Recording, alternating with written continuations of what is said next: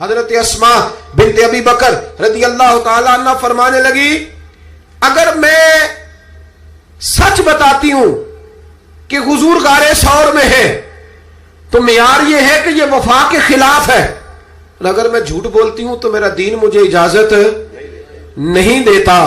جناب اسما کھڑی ہے چوک میں، جوانوں یہ ہے جوانی، یہ ہے وقار کہ انسان اپنے کردار پر داغ نہ لگنے دے اور وہ معیار کے ساتھ میدان میں کھڑا رہے۔ فرماتی ہیں درجنوں لوگ تھے، میرے چہرے پہ نقاب تھا۔ ابو جہل نے پھر پوچھا بتاتی کیوں نہیں؟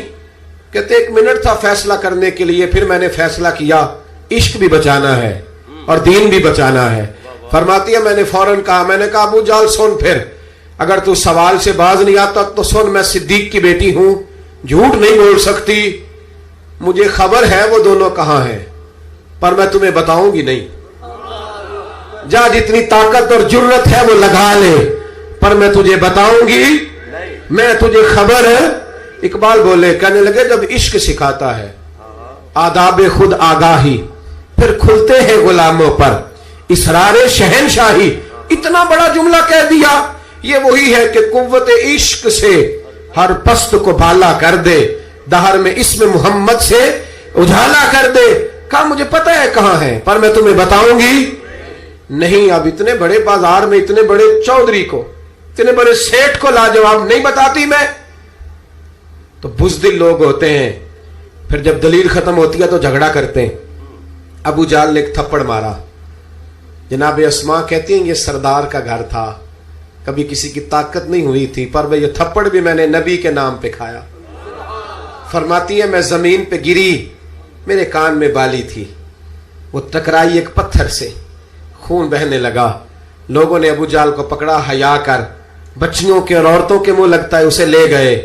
فرماتی ہے میں اسی طرح اٹھی، اٹھ کے میں نے چہرے پر پھر سے کپڑا لپیٹا، خون کو چھپایا اور پھر روٹی پکانے لگی۔ فرماتی ہیں اسی طرح کھانا بنایا، پھر کئی دفعے نکل کے دیکھا، جب کوئی راہوں میں نہ رہا، فرماتی ہیں سنسان رستوں میں میں غار ثور کی طرف بڑھی، اور جب میں غار ثور میں کھانا لے کے گئی تو چہرہ چھپا ہوا تھا۔